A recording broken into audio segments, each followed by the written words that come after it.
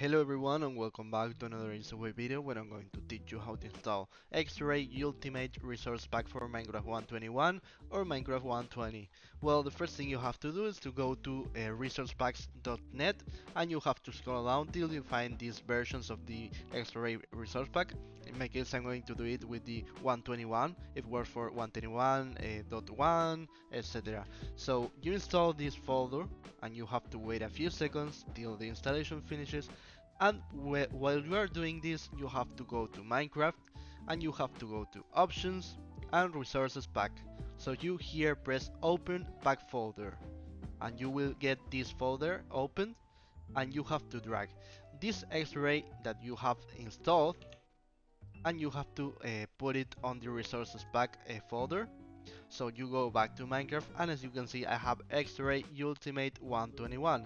You press this play button, press done, wait a few seconds, and you will be able to play with X-Ray. In my case, I'm going to create a new world to show you guys how this works. And as you can see guys, this is actually working. I can see all the materials on the ground. So if this video was useful for you, please consider to comment, share, like, subscribe, and press the bell in the subscription button. See you next time and the easy way. Goodbye.